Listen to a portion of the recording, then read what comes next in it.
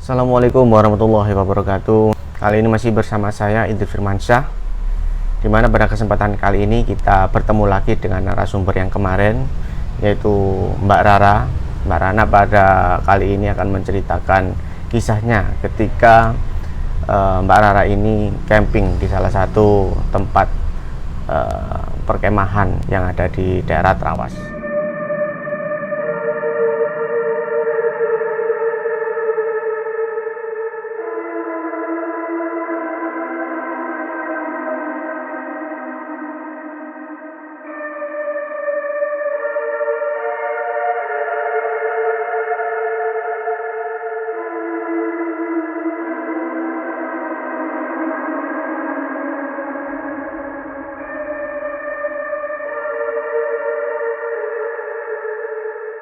Ya, Assalamualaikum warahmatullahi wabarakatuh, Mbak Rara. Waalaikumsalam warahmatullahi wabarakatuh. Kita ketemu lagi nih ya, setelah beberapa waktu yang lalu kita sudah take juga. Gimana kabarnya Mbak Rara? Alhamdulillah baik. Alhamdulillah. Ya, ya Mbak Rara, selain kesibukannya selain syuting, apalagi mungkin Mbak Rara? Kerja ya tentunya ya? Iya, kerja. Kerja jadi apa? Buka usaha kopi. Oh, kopi. Iya, kalau Mahnya mau mampir monggo. Ya, dulu kan juga pernah ke situ. Iya. Bartender gitu berarti ya. Keren. Ya, setelah mungkin rutinitas di Surabaya kan padat sekali, kerja, kemudian syuting, kerja lagi, kerja. Itu enggak Rambut anak. Iya, rambut anak juga Mbak ya. Itu enggak bosen enggak Mbak? Apa suntuk kayak gitu mungkin? Ya, dibilang bosen ya dibilang boring ya boring, tapi gimana lagi Mas, rutinitas ya sehari-hari ya. Itu biasanya solusinya ketika ada kejenuhan itu biasanya Mbak Rara itu solusinya gimana? Ke gunung. Camping, suka camping juga gitu. Oh. Pernah nggak ketika camping itu mengalami kejadian-kejadian aneh, mistis? Sering, pernah juga? Sering. Waktu itu camping di mana, Pak? Pernah di itu Kakek Bodo. Sering. Pas waktu perjalanan ke arah ke arah bumi perkemahannya itu, diliatin barang-barang yang hal-hal yang aneh-aneh itu. Kemudian yang paling berkesan mungkin ketika camping di mana? Mungkin bisa diceritakan Mbak, gimana itu awal mulanya? Ya tadi itu karena kita ya sambil kerja, sambil ngurusin anak, sambil syuting juga ya. Pas itu saya pribadi merasa bosen, maksudnya menjalani jenuh lah gitu.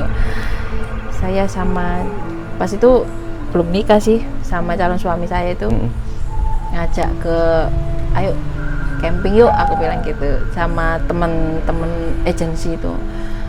Saya ngajak, pas itu saya ngajak Denny ngajak temennya, anak orang agensi itu, bilang camping yuk, dadakan itu, terus nyeletuk camping yuk, yes, ayo Mbak katanya, besok ya berangkat ya. Terus saya ngajak anak saya laki-laki Arya, terus prepare ya justru kalau yang direncanakan malah nggak jadi. Justru yang nggak direncanakan malah jadi ya. Iya, betul. Itu kita prepare. Karena saya kan punya persewaan alat-alat gunung itu kan, jadi saya nggak bingung. Ya saya bawa alat-alatnya sendiri lah. Jadi teman saya itu tinggal naik aja. Saya siapin mulai dari tenda, tenda, alat masak, semua lah yang dibutuhkan di dalam camping itu tadi. Saya berangkat hari Jumat, Sabtu sih. Saya berangkat hari Sabtu. Rencananya kan mau bermalam 2 hari. Terus saya berangkat nggak jadi. Akhirnya saya berangkat hari Sabtu pagi. Itu pagi dari Surabaya aman-aman aja, lancar. Bawa motor kan. Terus akhirnya yang kita kan yang punya kan cuma motor aja ya. Terus habis itu berangkat dari Surabaya ke Trawas, aman aja. Padahal jalan yang naik, ibaratnya naik itu motor itu masih kuat lah, sedangkan pas waktu mau nyampe ke lokasi bumi perkemahan. Saya lihat jalan itu nggak begitu nanjak, tapi anehnya ya ini mulai awal dari kejadian aneh itu ya ini, motor itu nggak bisa naik. Lah terus akhirnya sampai kita itu ibaratnya gasnya itu udah mentok, nggak mau naik. Saya lihat ke belakang, oh ternyata ini yang membuat motor sampai nggak naik itu ada yang megangi dari belakang. Gandolin. Iya. Apa sosoknya itu? Anak kecil. Itu dari sambil lari-larian tapi dipegangi. Gitu. Terus akhirnya saya nutup, udah berhenti aja. Ya udah istirahat di pinggir jalan. Sambil selonjoran. Suami saya bilang gini, padahal jalan tidak sebegitu nanjak loh, tapi kok ngoyo, motor ini kok ngoyo katanya. Tidak tahu aku mungkin. Terus mungkin masa lalu mau paling yang menggandoli aku ngomong gitu, daripada kita berpikiran yang aneh-aneh. Terus akhirnya mulutmu katanya gitu. Wes jalan daripada ini udah malam katanya. Kita masuk di situ jam 4 lokasi. Terus akhirnya saya memutuskan jalan dari bawah itu jalan. Nah anehnya Mas, yang kalau naik motor itu kayak masih jauh gitu. Saya jalan itu loh deket, tapi ya naik kan, posisi itu naik, jalannya itu bener kayak kelihatannya landai tapi naiknya curam. Terus habis itu saya jalan itu deket. Kalau naik motor itu kayaknya jauh banget. Ya wes akhirnya saya daftar, saya bayar di pendaftaran itu, di tiket itu saya daftar, saya beli tiket per malam. Rencananya kan 2 hari, saya bilang 1 hari dulu Pak, nanti kalau misalnya nambah nanti gampang. Aku bilang ya wis 1 hari. Dah kita ke bumi perkemahan yang pertama aja, aku bilang. Yang di sana masih ada acara, yang di dalam lagi masih ada acara. Terus saya kan nggak tahu kalau besoknya ada acara. Terus habis gitu saya bangun tenda sendiri. Terus sama suami saya bilang, terus nggak usah ngewangi, bisa aku sendiri aja, aku bilang gitu. Sampai nyiapno apa yang di luar kayak masak kayak gitu ya, bagi tugas ambil air kan. Terus aku mendirikan tenda 2 itu saya dirikan sendiri. Terus anak saya itu lari-larian, terus bilang jangan jauh-jauh Mas. Iya ndak gitu kan, teman saya kan belum datang, kita kan pisah kan. Terus habis itu teman saya datangnya hampir mau maghrib. Kok lama, tak bilang itu. Iya Mbak macet. Ya wis lah. Terus akhirnya langsung datang, tak suruh cuci tangan, cuci kaki, ikut makan. Enggak Mbak, saya mau nongkrong di di toko di sebelah musola kan ada toko ya, warung. Temanku ini pesen minuman di bapaknya itu, ternyata kenal sama penjaga toko itu, penjaga warung itu, katanya saking seringnya ke situ. Terus akhirnya saya belum maghrib kok, jam 5 tidak salah, jam 5 saya nyamperin, bilang ke suami saya sih aku tak kesana ya. Iya. Anak saya kan anak saya itu makan pop mie lah di situ, makan pop mie. Saya mau bayar lah, terus di depan toko, di depan warung itu ada pohon cemara. Depannya warung kan ada, sebelahnya warung itu ada ini toilet. Ada toilet, depannya toilet ada musola. Nah, musola itu kuncian dari dalam, dari luar kuncian.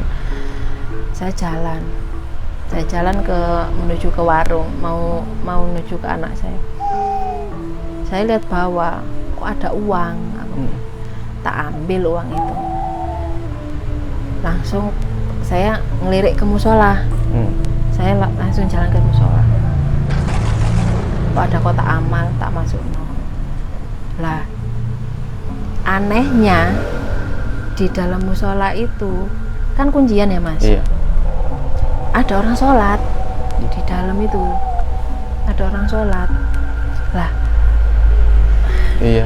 aku mikirnya sholat apa, maghrib belum, asar kan sudah lewat. Aku bilang Surup-surup berarti. jam-jam 4:30 lah Mas. Terus habis itu kok lama banget, berdirinya itu lama banget, tak liatin. Nah dari luar itu tak liatin lama banget. Nah terus nggak lama tuh saya ditepok sama teman saya, Mbak lapor nang kene katanya. Enggak, iku loh bapak iku loh sholat iku kok cek suwe ini ngadeg aku mau tak delok ya tekan yo. Dia lho sholat katanya ngomong gitu. Iku saya lihat dah, tapi teman saya enggak lihat. Nyata ini Mas. Terus habis itu wes sampean kok butuh ngopi ya gitu. Ya wis dipesen kopi. Ya wis aku njaluk kopi. Loro ya ambek bojoku aku mangan. Ya pesan, terus tapi tak bawa ke tenda kopinya itu. Terus kita nggak bahas orang itu tadi, kita nggak bahas itu. Lah setelah saya pasang tenda kan ada kru dari kayak yang masang flying fox itu loh Mas. Tuh saya kenalan, Mas nanti gabung ya, nanti gabung ke tenda gitu biar rame gitu. Oh ya Mbak gampang, ada 2 orang kan, gampang. Terus gabung, gabung sudah selesai kan, gabung ngobrol tanya kenalan. Terus besok emang ada acara apa Mas? Oh ini loh ada acara pramuka katanya, pramuka. Oh enak yo ono flying fox katanya. Sampai mau coba tambah besok pagi ya katanya gitu. Iya Mas. Terus habis itu kita ngobrol makan habis makan ngobrol buat api unggun. Lah suami saya bilang kok badanku lo sakit semua katanya gitu. Aku nyeletuk Mas gak duwe obat gaya asam urat aku gitu. Terus oh ada Mbak obatnya itu tanaman itu di atas sambilnya. Nah terus minumnya ya apa ya dibuat oseng-oseng ya dibuat aja dibuat makanan lah ibaratnya dibuat kayak makanan. Terus apa namanya asitaba katanya. Mahal itu Mbak lek kering Mbak katanya per kilonya berapa juta gitu loh. Terus yowis Mas ayo ambil aku gitu. Berani dah sampean dikitu aku wis lah ayo aku begitu ya wis. Terus akhirnya setelah makan wis ngobrol-ngobrol jam berapa ya 9:30-an. Nah aku bilang ke temanku wanita jurit malam aku penjelajahan gitu. Terus iya Mbak ya, temanku kan yang si Denny ini kan punya konten ngeksplor tempat-tempat yang terbengkalai kayak gitu itu kan. Terus sampai gitu sekalian Mbak aku mau ngeksplor katanya ya wis begitu. Habis itu lah Pak TJ itu kenalan saya itu tadi itu yang masang itu tadi namanya Pak TJ kan. Pak TJ jadi ngomong itu. Oh iya Mbak tak kirain sampai ndak jadi. Ya wis ayo. Saya izin sama suami saya. Anak saya kan masih udah tidur kan. Saya nunggu anak saya tidur. Terus habis itu kita naik. Lah, kenapa kok lewatnya musola itu tadi kok nggak lewat sana? Apa Pak kok lewat sini? Oh lewat cedek katanya. Tapi lebih angker. Gitu. Lah, habis itu apa namanya? Saya lewat situ pas di depan musola kayak ada kayak macam gerbang gitu loh Mas. Kayak apa namanya kayak apa pilar itu ya pilar tugu. Nah di depan pilarnya itu ada penjaganya kayak pakaian kayak model patih atau apa kerajaan dulu. Itu model kayak gitu pakai jarik segini sama bawa tombak tapi nggak menghalangi kita. Wis, masuk aja lah katanya. Lah pas mau masuk saya itu balik lagi, perasaan saya itu balik lagi, tapi sebelum nyampe tenda kok aku kasihan sama mereka. Terus aku lah, katanya teman-teman saya itu saya ikut jalan di rombongan itu. Nah, tapi perasaan saya itu saya balik lagi Ke tenda. mau balik lagi ke tenda, soalnya saya ditinggal. Perasaan saya itu ditinggal. Nah, mau lari lagi ke situ, ketemu nenek, ketemu orang tua perempuan, bilang gini, badetan pundi ngger, katanya. Niku lho Mbah, badhe niku napa nyusul rencang kula wau. Oh, ayo tak teno, katanya. Mboten usah Mbah, ngomong. Teman-teman saya itu udah jauh. Aku bilang, mboten usah Mbah, ora apa-apa. Lek pokoknya bahasanya itu halus gitu. Lek pokoknya kalau nggak mau dianterin mending balik aja. Iya. Gitu. Terus akhirnya, nggih pun Mbah. Saya kan lihat teman-teman saya kan udah jauh kan, dianterin. Lah anehnya saya dianterin sama Mbak itu, apa namanya? Saya bisa nyusul teman-teman saya ini. Saya udah di depan, Posisinya. posisi saya itu udah di depan mereka. Padahal tadi saya di belakang. Iya. Lah, teman-teman saya ini katanya, saya kan jalan biasa ya. Saya jalan biasa. Teman saya yang namanya Denny sama Mbak siapa ya? Lupa saya. Saya perempuan satu ini, teman saya sama teman perempuan ini ngejar saya itu enggak bisa. Katanya kayak lari kayak gitu. Dia itu ngejarnya itu lari. Terus sampai, Mbak pelan Mbak, katanya. Lah saya noleh ke belakang, Mbak itu udah nggak ada. Saya lewat jalan setapak ini cuma jadi lewati satu orang aja kan. Terus saya lihat, perasaan saya itu di sebelah itu kayak ada kayak warga, tapi warga pakai kemben aja, terus sambil nunduk gini. Aku bilang ke Pak TJ, ini apa Pak? Ngomong gitu. Udah Mbak, sampean kasih salam aja, katanya gitu. Ya sudah, tak salamin. Terus mau masuk Pak TJ itu ngelakuin ritual, minta apa namanya, minta izin, terus udah Mbak diizinkan, ayo masuk, katanya gitu. Udah diizinkan, ayo masuk, katanya gitu. Terus akhirnya masuk, nggak apa-apa tak Pak. Lah setelah izin itu, saya ngelihat di depan Pak TJ itu ada orang gede besar orangnya, matanya merah. Dibilang genderuwo bukan, tapi matanya kalau dibilang apa ya, dibilang buta juga bukan, ya apa ya, hitam tapi tidak ada bulunya Mas. Kalau genderuwo kan ada bulunya ya.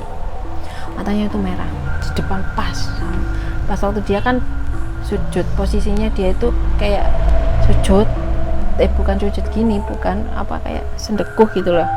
Duduk sendekuh. Duduk sendekuh. Kan minta izin kan. Terus di depannya pas. Aku sambil gini. Lah sama untungnya saya langsung ditepuk sama teman saya. Soalnya kan aku bilang, Mas kalau aku ngelamun langsung sama tepuk ya, ngomong gitu. Terus akhirnya, Mbak, ya. Langsung hilang bayangan itu tadi. Bukan bayangan sih, sosok itu tadi hilang. Katanya, wes Mbak, ayo Mbak, udah diizinkan, katanya. Lah hati ngono-ngonoan tak Pak aku gini, Mbak gak boleh ngomong kayak gitu, katanya. Ya wes, aku bilang jalan. Apa jalannya itu semakin naik, semakin nanjak. Gak lama kemudian nyampe lah kita di tumbuhan itu tadi. Udah, ini Mbak tumbuhannya, katanya, tanamannya. modelnya kayak ganja, tumbuh apa daunnya kayak ganja. Iki ganja tuh Pak, tutu, katanya teman saya itu bilang, tutu iki Mbak, daun telo jadi. Bukan Mbak, katanya gitu kan, dari biar cair lah gitu ya, daripada tegang terus kan, dari perjalanan kita tegang capek kan. Terus pokoknya dari tenda menuju ke tanaman itu lama banget, perasaan kita itu lama banget. Terus habis itu terus ambil secukupnya aja Mbak ya, katanya ambil secukupnya, kita ngambil secukupnya, kita bawa kresekan kecil. Nah kresek kecil itu kita bawa kresek itu pas, oh ya kecil, saya ngambil Mas satu lah. Di depan saya teman saya itu lihat ada sosok putih di depan, ada sosok putih, laki apa cewek itu? laki, kayak bayangan putih. Lah apa perempuan ini, teman saya yang perempuan ini bisa lihat kan, Mbak Rara jangan di situ katanya. Terus saya ngeliat, lah tatap-tatapan gini sama saya. Mukanya tuh seperti apa?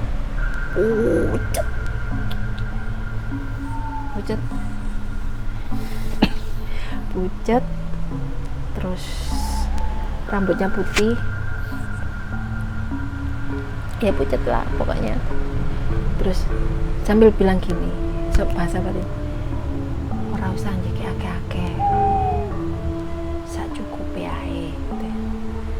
Lah saya bilang nggih, ngomong gitu, ayo Mas pulang, aku ngomong gitu. Loh sudah tambah, katanya sama Pak Tiji ngomong, udah tambah, wes Mbak cok kakek, aku ngomong gitu. Terus bilang sik teman saya bilang sik saya mau explore yang sebelah sana, katanya. Apa itu Pak, tanya ke Pak Tiji. Oh itu apa, tempat perkumpulan biasanya pendaki-pendaki, katanya. ada gubuk di situ, ada gubuk atau pendopo atau lupa saya. Ke sana lah dia sendirian. Dan ojo ning kono, aku bilang. Ora kok gak apa-apa Mbak, katanya, sebentar kok. Jadi suwi ya. Saya selonjor. Katanya saya selonjor, wis biasa aja. Terus akhirnya saya turunkan. Ayo Pak, turun aja. Perasaan saya udah gak enak, aku bilang. Turun. Nah, turun kita kan jalannya kan tadi kan nanjak, kita turun terjal Mas, bisa dilewati motor sih. Terus di tengah perjalanan perasaan saya ngelihat selendang warna hijau. Nah tapi teman-teman saya ngelihatnya itu daun itu tadi yang diambil kita itu tadi, tak ambil selendang itu tadi, tak ambil. Perasaan saya kan lihatnya selendang. Lah setelah saya ngambil itu, saya blank. Kata saya nari, saya apa, teman-teman saya itu dengernya ada gamelan pelan gitu, pelan, tapi direkam. Teman saya kan ngerekam tembus di rekaman itu tadi. Biasanya kan kalau ada suara-suara kayak gitu itu kadang kalau kita apa namanya bisa bejo-bejoan lah tadinya, gitu ya, untung-untungannya. Untung-untungan, kalau untung dapat, kalau nggak untung nggak mungkin masuk gitu kan. Terus akhirnya sepanjang perjalanan itu saya katanya nari luwes banget katanya, tapi sama jalan. Terus nari, tapi saya itu jalannya itu nggak jalan biasa, tapi saya itu jalan menuju ke jurang, dianuin ke jurang. Dan sama teman saya itu ditarik, Mbak melakukan itu sing genah, katanya ngomong gitu. Terus jalan gitu, mau mendekati bumi perkemahan kita, mau mendekati tenda. Teman saya yang laki-laki itu tak tarik, tak pegang tangannya, katanya ya, katanya tak pegang tangan, tak ajak lari Mas. Kalau misalnya orang normal paling yuk gelundung lah. Lari saya itu ndak ada apa namanya, wis lari kayak orang biasa itu, kayak lari di lapangan biasa. Padahal medannya terjal ya? Terjal. Saya lihat paginya itu Mas, saya coba lari kayak gitu, mungkin saya ngelundung balik. Jadi saya lari dari atas terus saya ke bawah lari itu, pas di depan tenda saya lemes. Sambil megang itu tadi, terus suami saya bilang, kena apa Mas? Katanya biasa Mas, katanya begitu. Terus ditanyain sama temennya Pak TJ, jenengan sinten? Enggak jawab, tapi katanya mata saya itu kayak benci gitu loh, benci kayak ya apa gitu. Terus apa namanya, ya sambil nari-nari lah. Terus katanya Pak TJ itu bilang, iki loh singgarai gitu. Terus bilang bahasa antara komunikasi antara batin ke batin, pulangkan saya katanya. Ya itu gara-gara daun itu tadi yang saya bawa tadi. Terus akhirnya diambil di nggak tahu ditaruh kemana, terus akhirnya saya sadar, loh kok wis nang kene, aku bilang gitu.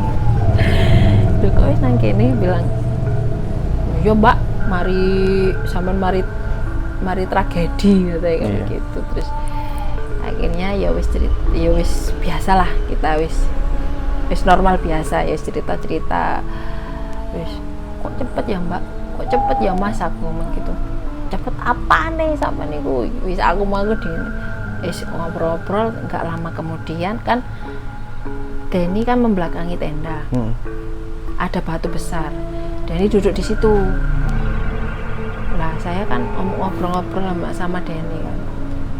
Terus dari samar-samar dari belakangnya Denny itu ada sosok kakek pakai jubah putih, kayak ada surban putih, sama bawa tongkat. Tuh jalan pelan gitu, terus akhirnya semakin mendekat itu semakin besar orangnya. Den, itu apa? Aku bilang gitu. Wis Pak, gak usah dilihat, aku bilang gitu. Soalnya habis kejadian itu kan. Wis Pak, gak usah dilihat, sampai niku. Wis gak usah dilihat. Den, uang enak burimu, aku bilang gitu. Wis Pak, gak usah dilihat. Terus akhirnya masuk lagi. Surupan lagi? Iya. Terus wis biasa. Si kakek itu diam aja, ditanyain diam aja, minta rokok. Terus rokok habis 2 batang, ditanyain kan, terus akhirnya jawab, Ger, meriki niki, pakai bahasa Jawa halus. Saya enggak bisa kan bahasa Indonesianya mungkin. Di sini ini tempat suci, tempat orang ritual, banyak petilasan, tolong dijaga, tolong dibersihkan dari hal-hal yang di situ kan sering ya, kalau biasalah gunung itu anak yang pacaran lah, yang minum-minum lah, mereka enggak mau. Sini tempat suci, ibarat kalau kita ibarat masjid lah. Ya, orang Islam ibarat masjid lah. Di situ kayak banyak petilasan lah. Terus emang ditanyain kan, emang di sini ada apa Mbak? Kui nang dukur kui ada apa? Ono sing mendem. Lihat, ada beneran Mas. Dibersihkan. Terus sambil bilang gini, Ger, zaman wis tuwa, ora usah gegabah, ora usah mentingno dunya.